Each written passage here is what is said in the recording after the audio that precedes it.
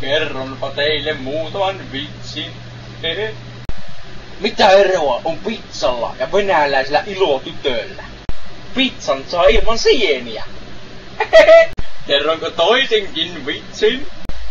Mitä yhteistä on bensihypyllä ja venäläisellä ilotytöllä? Jos kumi pettää, Molemmissa menee henki.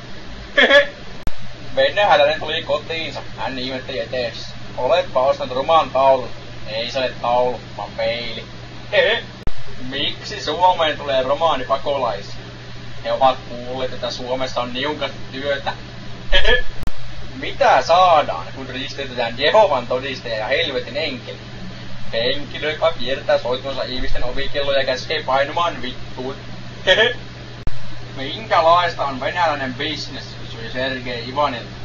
Se on kuule semmoista, että varastetaan laatikko viinaa, myydään se ja juodaan rahat pois.